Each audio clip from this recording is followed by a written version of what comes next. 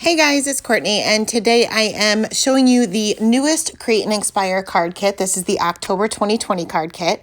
We get in this kit a metallic rub-on paint palette, which is kind of an old school product, but one that I haven't played with in a while, and I thought it would be fun for this kit.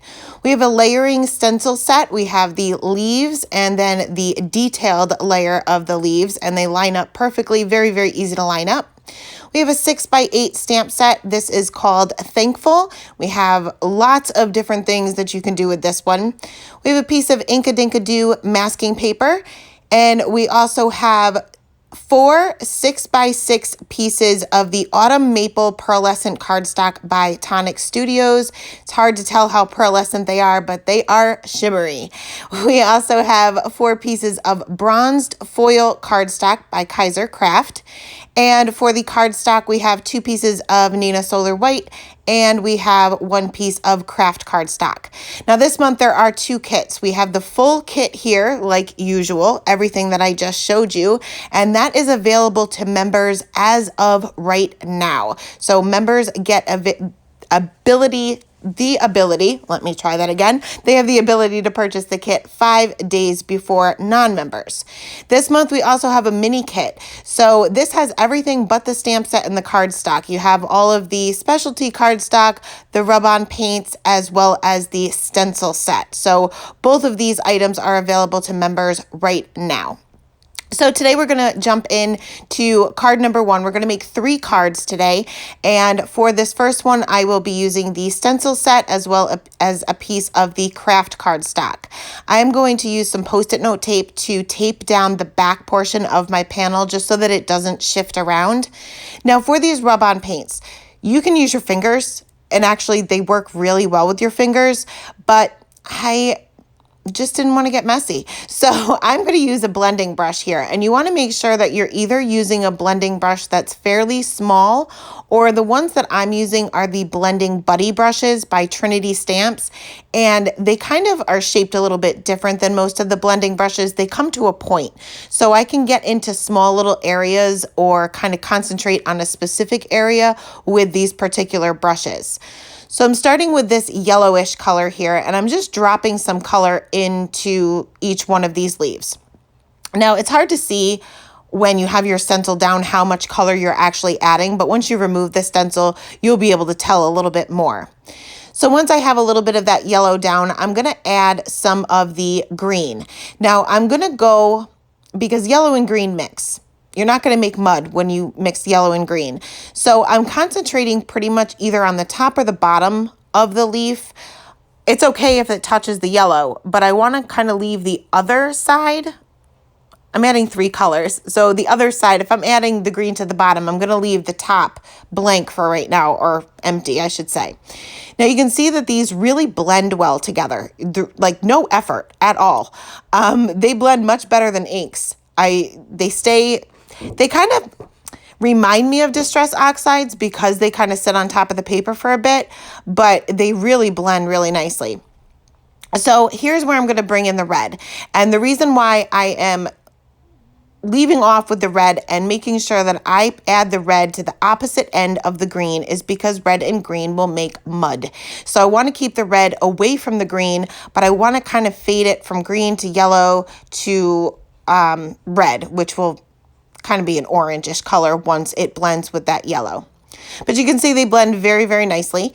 So once I have my color down for the leaves themselves, then I can go ahead and remove this stencil. And you can see that I have a nice blend for all of them. And it is shimmery. It's a little hard to tell on camera, but it is a metallic shimmer. So it's not overly shimmery, but you have some shine there. So now I can lay down my second stencil here and add all my detail layers. And I'm using kind of like this brownish, bronzish color.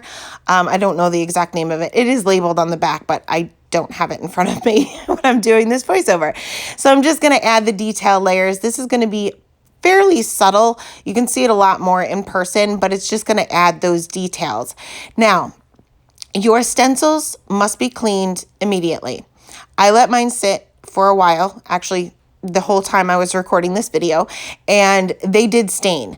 I was able to use them and the color didn't like rub off or anything, but it did stain the stencil. So just keep that in mind that this may stain your stencil, especially if you don't wash it right away like I didn't, but they'll still be usable.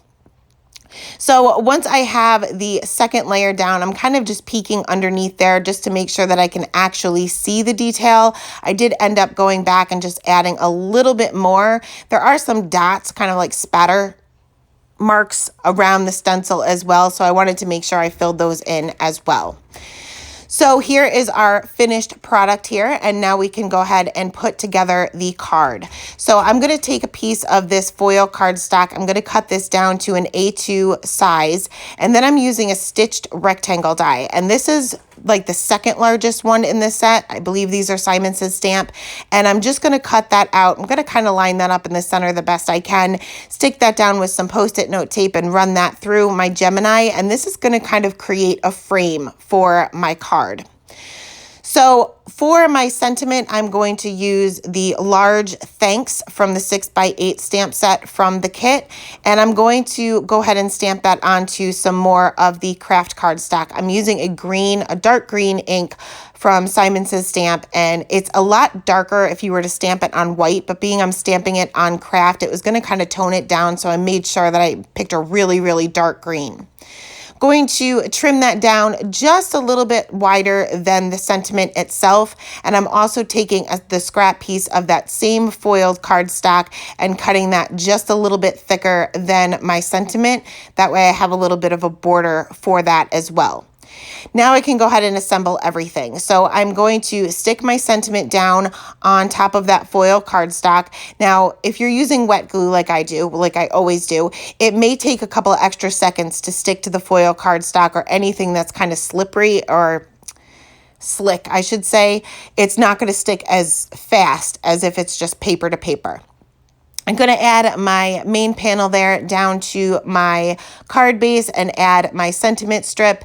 Then I am going to line the entire back of my frame with some foam tape, and I'm going to pop that up. And this is only after I ended up slipping and throwing this across the room. But once I was able to retrieve that, I lined that up right on all four sides, and that is it for card number 1. So moving on to card number 2, we are going to do some masking and some Copic coloring, which if you've ever watched my channel, these are my 2 favorite things. And I am going to use my Misty here. I was originally going to use my mini Misty and it wasn't going to work. So with this masking paper, you want to make sure that you're stamping on the white side. The blue side is the backing. So it makes it really nice and easy to know which side to stamp on. And I'm just lining up. I believe I used almost all. I think I skipped one image from the stamp set. I'm using pretty much all of them. And I'm going to line those up and stamp those out. I'm using blackout ink. It doesn't really matter what you stamp with for the masks, but I'm going to use the blackout ink for the actual card anyway, so I had it sitting on my desk. Now, for cutting masks, I'm no stranger to cutting masks. I love one-layer cards. I love building scenes. And in case you haven't been able to tell, a lot of these kits are many of the things that I love to do. And I know some people are a little bit intimidated with fussy cutting, intimidated with doing the masking and scene building. So I figured this is a really easy stamp set to kind of practice on. The images are real nice and easy to cut out, and there's really no guessing where they should go. And it really doesn't matter where they go. But what I like to do when I cut masks, I like to cut all of them out, kind of making the paper just a little bit larger than the image. And you can see that I'm cutting right along the black outline. And I'm cutting right in the middle of the black outline so that when I have this scrap piece here that's going to end up going in the garbage, I can still see a little bit of that black ink. So that way I'm not going to end up with a white outline around each one of the images if I were to do ink blending in the background, which I didn't end up doing. So for my stamping, I'm going to lay out my cornucopia because that is going to be what all of these things are kind of coming out of. And then I can line up my masks to figure out where I want each image to go before I do any stamping. That's another bonus to having these masks, is that you can use them for placement before you actually stamp anything and make it permanent. So once I have everything lined up and I know exactly where I want to put everything, then I can begin my stamping using these masks as my guide. So I'm going to take the one image that's in front of everything else, which is going to be this apple here, and I'm going to take the stamp and lay that right across where I have my mask. Then I can close my MISTI door and pick up that stamp and remove all of the other masks. They still have the backing on them, so they're not going to stick. Go ahead and stamp out my little apple. Once again, I am using the Blackout ink by Ink on 3. And by the way, this is the Nina Solar Weight 80-pound cardstock. Going to mask out my apple here, and then I can move on to the next layer. So anything that's in front of another, any object that's in front of another object should be stamped and masked first. The apple was in front of the pumpkin or gourd, whatever you want to call it, and the pear. So now I can stamp out that pumpkin and the pear because they were slightly behind the apple, but still in front of all the other objects. So I'm going to stamp and mask those next. Now for lining up your masks, you just want to kind of be careful. If you're not doing any ink blending in the background, it does not have to be 100% perfect. But if you are going to do a background, you want to make sure that you line them up the best you can. Like I said, I made sure that all of these images were super easy. They're very easy to cut out, very easy to line up. So you probably won't have too much of a problem. But if you are working with a more intricate stamp set or more intricate images, what I like to do and make sure that they are lined up correctly is start with the most intricate area of that particular image, line up the mask that way, and the rest should pretty much fall into place. So always stick to the hardest part first, and the rest will kind of just happen. So I'm just finishing up my images here. I'm going to finish off with these two leaves that are going to kind of be behind everything else. Stamp and mask those out. And then finally, I can stamp out my cornucopia, which I did cut a mask for, but I didn't obviously end up needing it. So I'll save that for another project. So I have all of my images down except for the cornucopia. So I'm going to line that up, making sure that it is going to appear as if these objects are kind of coming out the center of it. And this is a huge image. You can see that it takes up pretty much an entire A2 size card. So if you're one that likes to make larger cards, like 5x7 cards, this is going to be a really good image for you, a really good stamp set, because it's going to take up the whole thing. You're not going to have a lot of blank space. So I did end up having to stamp this twice because it is so large, and I wanted to make sure that I had a really bold black image, and then I can start removing my masks. Now I have to say that I've used Inkadinkado masking paper in the past, and I've used it quite often, and I never found it to be too tacky. And they must have changed something because this is tacky. And I did also have, and I forgot to mention, some of my stamps, they were clean, but they weren't completely dry. So some of the areas stuck a little bit because the paper was a little bit damp. So I did rip the paper in one specific area, but it wasn't too bad. And once I color it over it with Copic markers, you're never going to know the difference. So now we can jump into the Copic coloring, and I am going to start off with the cornucopia itself. I'm going to use some E30 markers. I'm going to start with the inside. So I kind of think of this as kind of like a cave. If you're looking at a cave, the inside of the cave is going to be darker than the outside of the cave. So I'm going to start with my darkest color, and I'm kind of just outlining everything and then creating a shadow. Really not worried about a light source here, but I am creating a shadow just off to the left-hand side. And then I can go in with my E35 and just blend that out a little bit. Now I'm going to be using pretty much the same combination for the entire cornucopia, with the exception of the lightest color. So I'm not going to be using the E30 for the inside because, like I said, I want this to appear darker than the rest of the image. And I'm only going to be using that for the highlight area for the outside of the cornucopia. You'll also notice that once I get to the outside, which is going to be, like I said, using the same combination. So I'm going to start off with that E37. And for this, I don't know what you would call it, that border, maybe? I don't know. The part that I'm coloring now. You can see that once I get down to the bottom, I fill in this one little area. and it wasn't part of the cornucopia. It was actually a grape. So hopefully nobody will notice. The recipient will not notice that.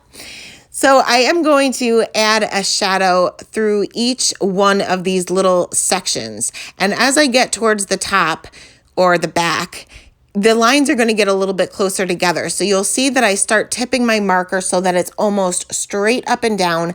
That way I can get into those tiny little areas and still be able to fit at least a majority of the colors that I'm using in this combination and still get that contrast. Now I am going to also add a little bit of shading to the top and the bottom, because not only do we have a lot of texture within this image, but it is also a round object. So we are also going to want to have a center highlight, at least a little bit. So I'm moving on to the E35 now, and I'm just extending these lines out a little bit further. And as far as the shadows go for the top and the bottom, I'm just going to extend them out a little bit further. You can see that I didn't really add all that much of that E37, but here I'm going to bring that out or towards the middle and then kind of bring it up towards the top of the cornucopia itself. I'm going to do the same thing with the E33. I'm just going to extend these shadows out a little bit. Same thing with these little lines. And of course, the grape. We can't forget about the brown grape that I colored in. And then extend those shadows from the top and the bottom. There's also a small area below where the corn is, and I just didn't notice it at this point, but I will go back and fix that once I start coloring the rest of the images. That's when I actually noticed it. So here's the E31, which is the lightest color that I used for the inside, but you can see that I'm leaving a pretty decent size highlight, and that's only because I really want it to be noticed that the inside is darker. So I'm leaving a little bit larger of a highlight than I normally do, and I'm going to bring in the E30 for that. And I'm going to kind of just blend everything out, being careful not to go over the darkest area, or else I'm going to kind of lose the dark area, because the lighter the color is, the more it will act as a colorless blender. So once I had the cornucopia done, we can go ahead and move on to the rest of the images. And if, by the way, you don't have to watch all of this if you want to skip ahead for the coloring. I know sometimes I leave in the coloring, sometimes I don't. When I don't, people want to see it. And when I do, people tend to skip ahead. So I guess it's just personal preference. Now for this pumpkin or gourd, whatever you want to call it, I am going to start off with the E09, and I'm just adding some flick lines. You can see that my marker is pretty much straight up and down, and I'm just going along with the shape of the object. So it's a round object. There's going to be shadows on top and bottom, but you can see that there's some flick lines there just to add some shape and some texture to the image, and I'm just using those to my advantage. So I'm just extending those particular flicks out a little bit further. So each one of my flick lines are going to vary in length. I'm going to move on to the YR18, and I'm just going to extend these flicks out a little bit further. Same thing for the YR68. And to really add a highlight to this image, I'm going to bring in a yellow marker. And again, I'm going to be careful not to go over the darkest areas with the yellow, because it's the lightest color by far, and I don't want it to move around the color too much. I want to maintain those flick lines. That's what gives our objects the texture. For the stem, I think it's a stem. If it's a pumpkin, it's a handle to me, but it's a stem. I'm going to bring in some YG90 markers, and there's not a whole lot of room to add too much shading here, but I added a little bit to either side. Next, we're going to move on to the pear, and this one was a little bit difficult to get the color of a pear. And I know there's different types of pears, so they can be all different colors, but I'm kind of going to mix up some YG markers. And you'll see that as I'm doing the coloring, they don't match at all. Like one is a really bright, vibrant YG, and one is more of a dull. But once I get all of them added together, it kind of works. And I mean, at this point, I'm going to make it work. So I'm going to color the little stem and the leaf pretty much the same way. And next we can move on to the corn, or at least the, I don't know what you'd call it. They're not leaves, but I guess the green part on the outside of the corn. Are they leaves? Maybe somebody can comment that. What is it called?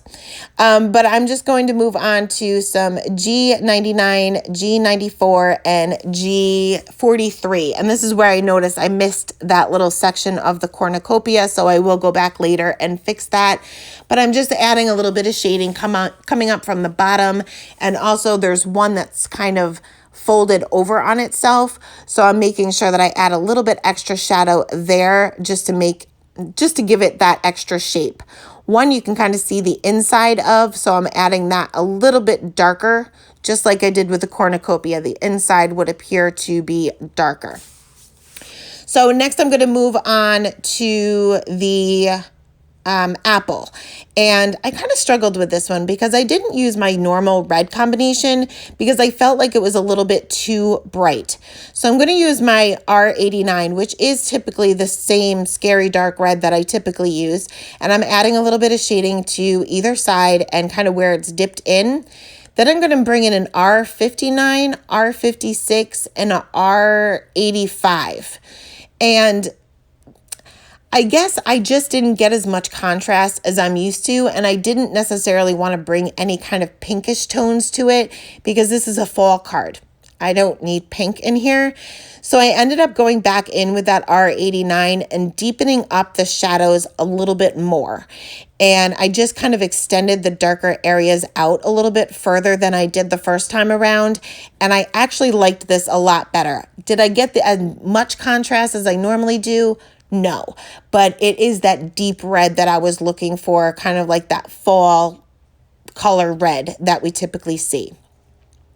Now for the stem and leaf, doing the same thing as I did for the pear. And for the corn itself, I'm going to add a little bit of YR24 to either side. You can certainly add some shading in between each kernel of corn, but that's not happening, not with a Copic marker anyway. You could probably go in with a colored pencil, but I just kept it pretty simple. Now for the grapes, I'm going to add a little bit of a shadow on either side because these are round objects, but they're a bunch of grapes. So they're kind of overlapping and they're behind each other and next to one another. So there's also going to be a whole lot of shadows. And I don't like to put two very dark areas directly next to one another because I feel like you lose the shape of the object. So whenever there was a shadow next to where, like the outside of the grape where I would normally put a shadow to make it appear round, I just left a little tiny bit of a highlight between the edge of the grape and where I put that darkest color, and that will kind of separate the shadow from the actual shape of the grape. I hope this makes some sort of sense, but I felt like it just kind of separated them just a little bit. For this leaf here, I'm just going to add some different greens just to kind of have a little bit of variation so that they're not exactly the same as the grapes themselves. And for the stem, I'm going to bring in, no, not an R, an E59 and an E57 and just added a little bit of shading there so that it didn't blend in with the cornucopia. So next we are going to move on to the leaves. My cat sees something outside, so she's like in the blinds right now. I hope that isn't too distracting because she always seems to make a whole lot of noise when I'm doing voiceovers. So for the leaves, I want these to appear as if they're fall leaves. They're changing colors. They're going to be all different kinds of colors. So in order to achieve that, I'm going to take 4 different Copic markers, and you'll notice as I show you guys what colors they are, all of them have either the same last number or they may be like one off. So that's how you know when you're going from one color family to the next. As long as that last number is either the same or maybe one off, you shouldn't have a problem blending it. So I'm going to start with the Y26 because it's my lightest color. It's the yellow. It's the easiest to cover up. Then I'm going to add my red towards the tip of the leaf. And you can see that's a R56, only one off. Or that's actually 2 off. But they're far apart enough. And then I blended that out with the YR24. I added a little bit of the green to the bottom and then blended all of that out with that Y26 again. And it kind of looks like it's just changing colors. Did the same thing with the other leaf. I just added the shading to different places just to kind of change it up a little bit. And then I'm going to add my shadow with some W markers, some warm gray markers. For my shadows, I don't usually think about it too much. I kind of just plop down some color. So I'm starting with the W5, and I'm just going to kind of scribble underneath my image. Then I'm going to bring in the W3, and again, just scribble and bring in that scribble out a little bit further, and do the same thing with the W1. I'm just going to bring that scribble out even further. So I did have a few coloring mistakes that I did end up having to go fix. And to finish off the card, I am going to stamp out the Happy Thanksgiving sentiment. I'm going to bring in some dark chocolate ink from Simon Says Stamp that on the top left-hand corner.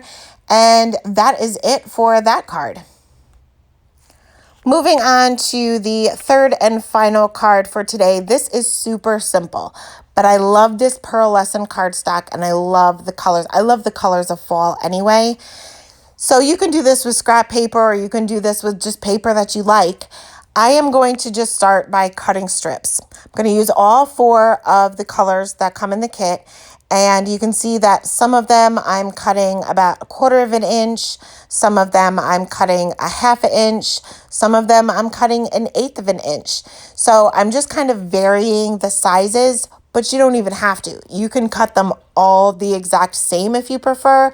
I just kind of like to switch it up a little bit. This is actually a great way to use your scraps. Don't throw away that specialty paper that you have. Make sure that you hold on to it because it takes just a little bit to create something like this. Very, very simple.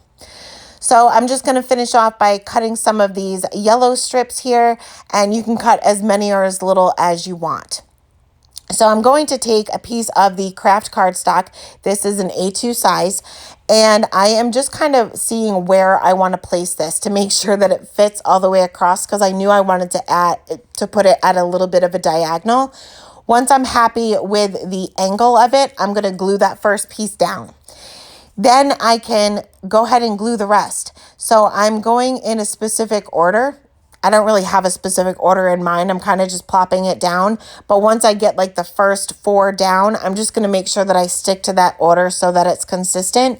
And I'm going to work my way down all the way to the bottom corner. And I had just a tiny bit left over in the corner. So what I ended up doing is I ended up snipping just a little piece of a part that's hanging off the card that's going to be snipped off anyway to just fit in that corner.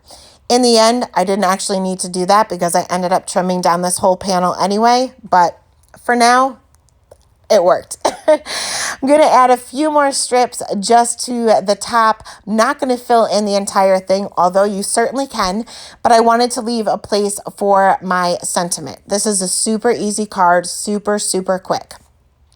So once I had all of those pieces down, you do want to make sure if you're using wet glue that it does have a couple of seconds to set. The Tombow Mono Multi Glue sets pretty quickly, probably within about 15 seconds or so, but I probably gave it about 30 seconds before I trimmed off any excess, and I'm using my paper trimmer. You can certainly use scissors for this.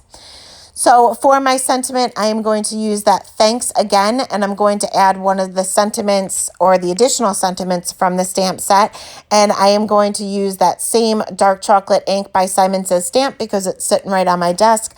I felt like it did match the papers pretty well. I'm going to stamp that on the top left-hand corner, and I liked it, and it's hard to tell how pearlescent it all is, but I felt like it just needed a little bit something extra. And if you guys watched me before, you know that I like to, if I feel like it needs a little something, I just usually mat it. And I usually mat it onto black cardstock, but that's not going to work for this card. So I ended up trimming this down by 1/4 of an inch. And some of it did stick to my paper trimmer, so just be careful with that. And then I took a piece of the foiled cardstock that comes in the kit.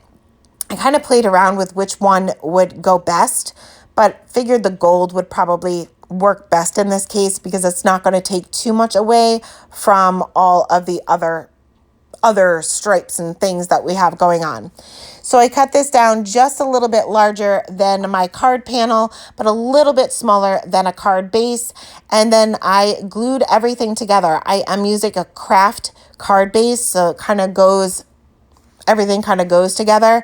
But that is it. That is the third and final card today. I will be back in the next couple of days with 3 more cards from the kit.